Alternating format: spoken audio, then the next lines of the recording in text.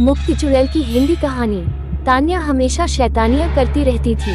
खेल कूद की शौकीन तान्या कभी इधर भागती कभी उधर भागती। बस उसे कोई पढ़ने को ना कहे, अगर किसी ने पढ़ने को कह दिया तो मानो उसकी जान ही मान ली हो। उसे पढ़ना बिल्कुल भी अच्छा नहीं लगता था।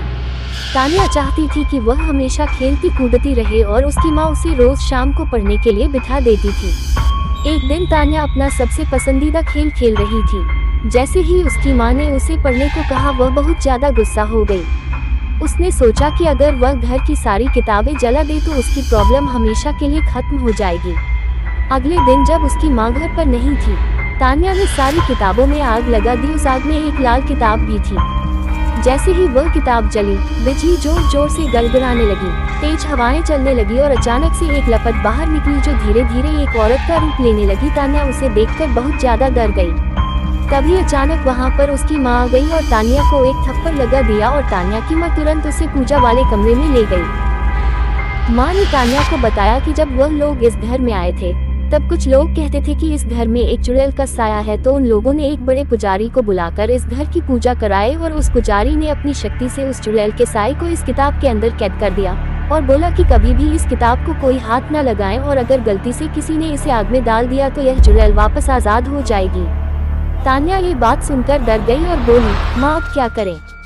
तब माँ ने बोला, पुजारी जी ने उन्हें एक पवित्र जल दिया था कि अगर यह चुड़ैल कभी गलती से बाहर आ भी जाए तो इस जल को छिड़ककर उस चुड़ैल को फिर से कैद किया जा सकता है। पर अब मुश्किल ये थी कि यह जल छिड़का कैसे जाए, क्योंकि वह चुड़ैल काफी गुस्से में थी, क्योंकि उसे इतने लंबे समय तक के लिए इस किताब में बंद कर दिया था। तभी अचानक वहाँ रोते बिलखते दो छोटे छोटे बच्चे आ गए और वह चुड़ैल उन बच्चों के पास शांति से खड़ी थी। माँ धीरे से कमरे से बाहर आए और उस चुड़ैल से बात करने की कोशिश करने लगी। जैसे उस चुड़ैल ने माँ को देखा, वह चुड़ैल माँ पर हमला करने के लिए भागी। माँ के हाथ में वह पवित्र जल था। उस जल को देखकर चुड़ैल डर गई और वहीं रुक गई और बोली, मेरे पर यह जल मत डालो, मेरे बच्चे फिर अकेले हो जाएंगे। माँ ने उस चुड़ैल को बड़े ध्यान से देखा और पूछा कि तुम्हारे साथ क्या हुआ था? चुड़ैल बोली, मेरे पति ने मुझे वही जिंदा जला दिया था और मेरे बच्चे भूखे बिलखते रह गए और ऐसे ही उन्होंने भी दम तोड़ दिया। बस अंतर इतना रहा कि मैं तो चुड़ैल बन गई और मेरे बच्चे भूख बन गए। तब से हम यहीं रहते थे, पर 10 साल पहले तुम आए और तुमने मुझे इस किताब में कैद कर दिया।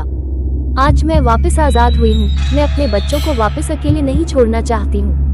माँ सोचने लगी कि अगर यह चुड़ैल ऐसे ही रही और लोगों को नुकसान पहुँचाएगी। तभी चुड़ैल बोली कि तुम हम पर जल मत डालो, हमें मुक्ति दिला दो। माँ ने पूछा कि मैं तुम्हें मुक्ति कैसे दिला सकती हूँ?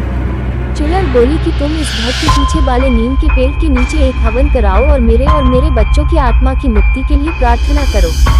माँ ने पूछा कि उस पेड़ के नीचे क्यों? चुड़ैल बोली कि मेरे पति ने मुझे यही जलाया था और अगर कोई उस पेड़ के नीचे हवन करता है और मेरे बच्चों की मुक्ति की प्रार्थना करता है तो हमें मुक्ति मिल सकती है। अगले दिन तान्या की माँ ने वहाँ पर एक छोटा सा हवन कराया, जिसमें उन लोगों ने उस चुड़ैल और उसके बच्चों की मुक्ति के लिए प्रार्थना करी। इससे उस चुड़ैल और उसके बच्चों को मुक्ति मिल गई और वह हमेशा के लिए वहाँ से चले गए।